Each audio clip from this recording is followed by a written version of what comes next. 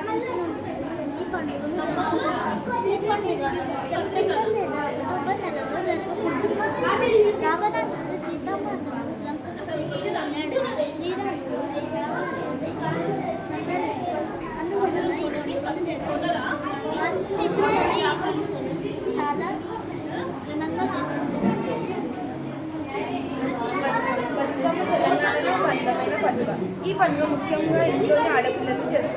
ఈ పండుగ 9 రోజుల పాటు రోజు రకరకాల పూలతో బతుకమ్మను అందంగా చేసి పొరుగు వారితో ఆనందంగా జరుపుకుంటారు.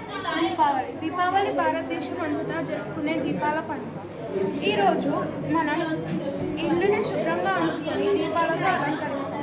ఇంకా ఇంటి ముందు ముగ్గులు ఇంకా పూలతో అలంకరిస్తాం. ఆ రోజు లక్ష్మీదేవికి పూజ చేసి సాయంత్రం పటాకాలు పేలుస్తాం.